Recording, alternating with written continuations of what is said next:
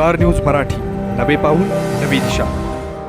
आळसंद पंचायत समितीचे उमेदवार रोशन जाधव यांचा पंचक्रोशीत धमाका. वाजूमध्ये अनेकांचा शिवसेनेत प्रवेश. पंचायत समितीच्या उमेदवाराचं ठरलं. जिल्हा परिषदेच्या उमेदवारांबाबत आमदार सुहास बाबर काय म्हणाले? तुम्हाला सोने खरेदी करायचंय तर मग चला विट्याच्या ओम ज्वेलर्समध्ये.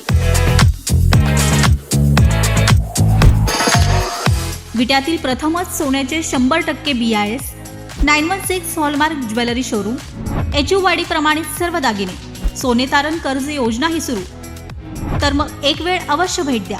आमचा पत्ता ओम ज्वेलर्स, सराफपेठ, बँक ऑफ महाराष्ट्र समोर विटा. संपर्क श्री भगवान ढमाले गार्डीकर, डॉक्टर विशाल शिंदे मोराळे.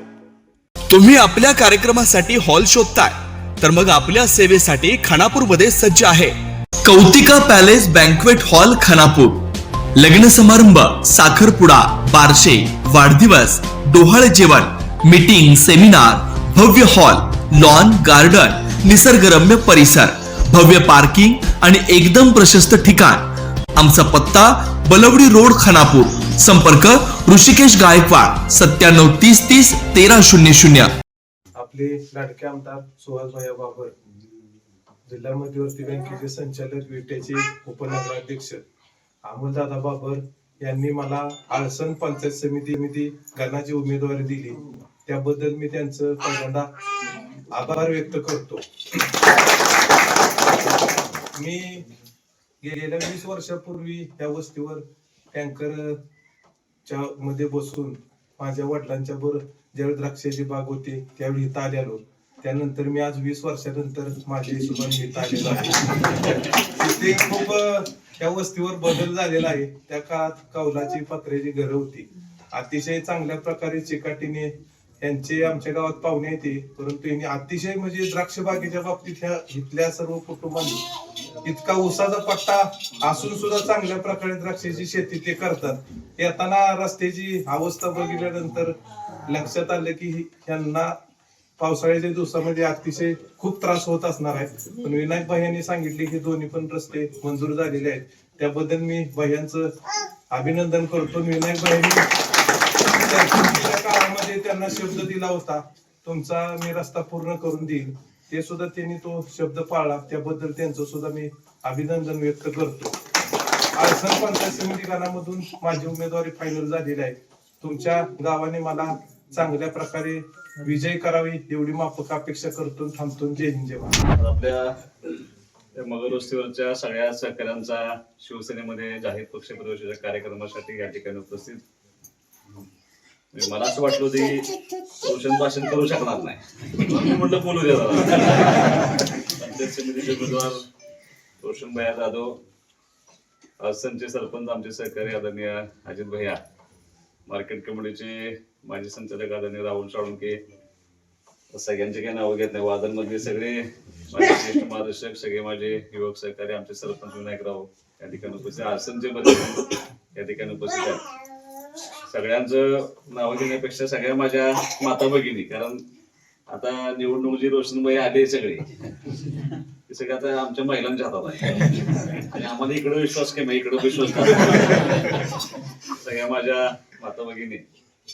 वास्तविक पाहता तुम्ही सगळ्यांनी शिवसेनेवरती पर्यायानं आमचे नेते आदरणीय एकनाथ शिंदे साहेब भाऊंच्या वरती सर्वांनी विश्वास दाखवून तुम्ही आज शिवसेनेमध्ये प्रवेश करताय. तुमचं सर्वांचं मनापासून मी या ठिकाणी स्वागत करतो. दुसऱ्यांदा त्या वस्तीवरती आलो आणि 10 वेळा तरी रस्त्याचा विषय माझ्यासमोर झालाय, पण थोडं लेट का होईना पण रस्ता तो पूर्ण करायचा या हेतून मी बरेच दिवस प्रयत्न करत होतो. आपण 20 लाख रुपये या रस्त्याला दिले होते आणि आता माझ्या मते आचारसंहिता लागायच्या अगोदरच 1-2-3 दिवस मातोश्री पानमधून 1 किलोमीटर असं सगळा रस्ता आपला पूर्ण करण्यासाठी सगळे निधी मी त्या ठिकाणी देण्याचा प्रयत्न केला. आणि एक अतिशय महत्वाचं काम म्हणजे ह्या निवडणुकीसाठी नाही तर गेले अनेक वर्ष तुम्ही असं राहता इथं. आणि आता आज मला तर इतकं हळू यावं लागलं कारण संग्राम भाऊने नवीन गाडी घेतल्या. नवीन असल्यामुळे हळूहळू बराच वेळ माझा त्यात गेला. पण हे रस्ता होणं खूप आवश्यक आहे. शेवटी ह्या मतदारसंघामध्ये गेल्या 2.5-3 वर्षांमध्ये खूप काम करण्याचा प्रयत्न केलाय, प्रामाणिक काम करण्याचा. पण आता ह्या वाड्या वस्त्या जोडण्यासाठी जेवढं आता काम करावं लागेल, कारण तुम्ही जर बघितलं थोडं पलीकडे गेला तर तुम्ही आता ते हॅमचं एक रस्त्याचं मोठं काम चालू आहे. म्हणजे इथून अगदी आपण खरसुंडीपर्यंत 8.5 मीटर रस्ता मोठा घेतोय. सगळे रस्ते ह्या मतदारसंघातले मोठे करतोय. पण जी आपल्या ह्या मतदारसंघातली, माझ्या मतदारसंघातली जी लोक वस्तीवरती राहत आहेत ती सुद्धा ह्या मुख्य रस्त्यावरती अगदी वेळेत आली पाहिजे, ताकद आली पाहिजे, त्यासाठी आम्ही प्रयत्न करतोय आणि त्याला हळूहळू चांगलं यश त्या ठिकाणी मिळतंय. त्यामुळे तुम्ही एकाच गोष्टीचं समाधान आहे, राजकारणामध्ये काम करत असताना आपण कुणाच्या उपयोगी पडू शकलो आणि ते उपयोग झाल्यानंतर त्या लोकांचा आपल्यावर विश्वास ठेवला तर सगळ्यात मोठी पोचपावती असते. म्हणजे तुम्ही भाषणात सांगितलं म्हणायला की कामाच्या पद्धतीवरती विश्वास ठेवून सगळी मुलं माझ्या बरोबर, सगळी मंडळी माझ्यावर येण्याचा प्रयत्न करतात. तुम्हाला माझा एवढाच विश्वास आहे की तुम्हाला असं कधीही वाटणार नाही की आपला निर्णय चुकलाय. मी अगदी समर्पित भावनेनं काम करण्याची भूमिका घेऊन भावनेनंतर करण्याचा प्रयत्न करतो. कारण मी 2-3 धक्के आयुष्यात असे खाल्ले आई वडिलांच्या नंतर. मला जी भूमिका होती माझी राजकारणाची थोडी वेगळी होती. कारण मी यापूर्वी पंचायत समितीत काम केले, जिल्हा परिषदला काम केले. त्यावेळेला माझे आई वडील माझ्या बरोबर होते. पण आई वडील नसताना ह्या मतदारसंघातल्या त्या लोकांनी मला प्रेम दाखवले. सगळ्यात जास्त अडचणी असताना कुटुंब, या विधानसभेच्या वेळेला इतकी लोक ताकदीनं माझ्या मागे उभं राहिली. मी गंमतीनं सगळीकडे सांगतो आणि जी घडलेली घटना माझ्या विषयात सांगतो. म्हणजे मला असं वाटायचं की मी विजयी होणार आहे. पण 30,000, 35,000, 40,000 मतानं माझा विजय होणार आहे. मतदानाचं झाल्यानंतर निकाल ऐकायला आम्ही सगळे एकत्र बसलो होतो. मी एका हनुमानाच्या मंदिरात निकाल ऐकायला बसलो होतो आणि पहिला फोन आला की बाबा पहिली फेरी झाली, तुम्हाला एक 9,000 मताचं लीड आहे. मला तर आश्चर्य वाटलं, एवढं लीड कसं काय. दुसरी फेरी झाली, तिसरी फेरी झाली, 5वी फेरी झाली, 6वी फेरी झाली. 40,000 ओलांडल्यानंतर मी माझ्या बायकोला फोन केला, म्हणलं आपण जिंकतोय. असा विजय होईल कधी मला वाटलं नव्हतं. तुला फोन करायचं म्हणलं कारण एवढंच आहे, हा जो कौल गेलाय मला लोकांनी, तो कौल असा आहे की सुहास बाबर आता एका कुटुंबाचा राहिलेला नाही.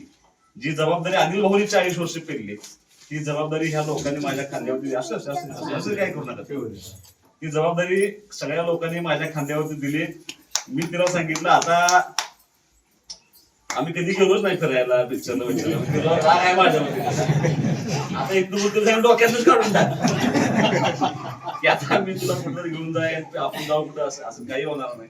जेवढं काम माझ्या लोकांसाठी करता येईल तेवढं करण्याची भूमिका घेऊन मी राजकारणामध्ये निर्णय केला. आणि जी व्यक्ती माझ्यापर्यंत पोहोचण्याचा प्रयत्न करते त्या सगळ्या व्यक्तींचं प्रामाणिकपणे काम करण्याची भूमिका मी गेल्या 3 वर्षात पार पडली. तुम्हाला शब्द एवढाच आहे, तुम्ही जो विश्वास माझ्यावरती दाखवलाय त्या विश्वासास पात्र राहून कसलंही चुकीचं काम न करता अत्यंत प्रामाणिकपणे ह्या मतदारसंघातल्या सर्वसामान्य माणसांची सेवा करण्याच्या भूमिकेतनं मी हे काम करतोय. मी सर्वांनी विश्वास ठेवल्याबद्दल तुमच्या सर्वांच्या मनापासून मी या ठिकाणी आभार मानतो. फक्त आता हा काय राजकीय भाग नव्हता, कारण आचारसंहिता लागली असते तर आपण त्याच वेळेला कार्यक्रमाला आलो असतो. आता योगायोगानं पंचायत समिती जिल्हा परिषद निवडणूक लागले. आम्ही सगळे तरुण मंडळी, आता जिल्हा परिषद निर्णय आज रात्री होईल पण पंचायत समितीचा निर्णय झालाय. रोशनभाई जाधव त्यांच्या कारवी ग्रामपंचायतमध्ये प्रामाणिक चांगलं काम करायचा प्रयत्न केलाय. ह्या पंचायत समितीच्या जिल्हा परिषदेच्या निवडणुकीमध्ये अत्यंत चांगले उमेदवार, सक्षमपणे काम करणारी सगळी मंडळी आपण, म्हणजे 4 पंचायत समितीचे उमेदवार आहेत, 8 जिल्हा परिषदचे उमेदवार आहेत, सगळे शिकलेले उमेदवार. मी ह्या 12 मध्ये 3 महिला अशा आहेत, एक LLM PhD आहे, एक LLM झालेली आहे आणि करंजी जिल्हा परिषद गटाच्या आपल्या उमेदवार BE LLB आहे. म्हणजे आधी इंजिनिअरिंग कम्प्लीट केले, परत LLB केले. रोशन काय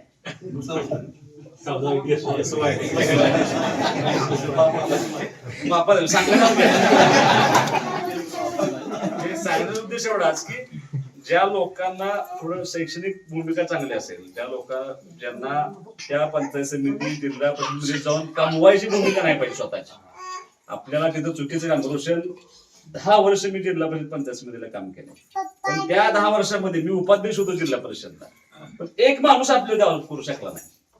त्यानं चुकीचं काम केलंय, त्यानं पैसे कमवायच्या भूमिकेतनं काम केलंय. असंच काम कराल त्या अपेक्षेनं आम्ही तुम्हाला उमेदवार दिल्या.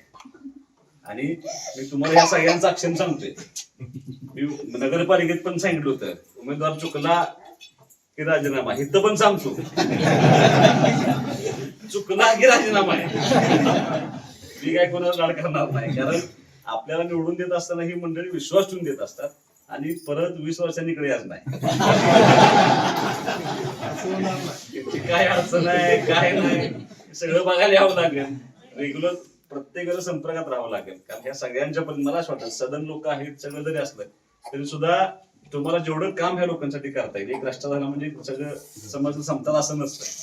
जेवढ्या शासकीय योजना असतील जेवढं काय आपल्याला करता येईल तेवढं सगळं करून देण्याची जबाबदारी तुम्ही इथे पार पाडावी अशी अपेक्षा देखील करतो. तुमच्या सर्वांचं प्रेम तुमच्या सर्वांचा आशीर्वाद असा राहावा अशी भूमिका करून थांबतो. जय हिंद जय महाराष्ट्र. आपल्या परिसरातील लेटेस्ट बातम्या पाहण्यासाठी स्टार न्यूज मराठी यूट्यूब चॅनलला आत्ताच सबस्क्राईब करा.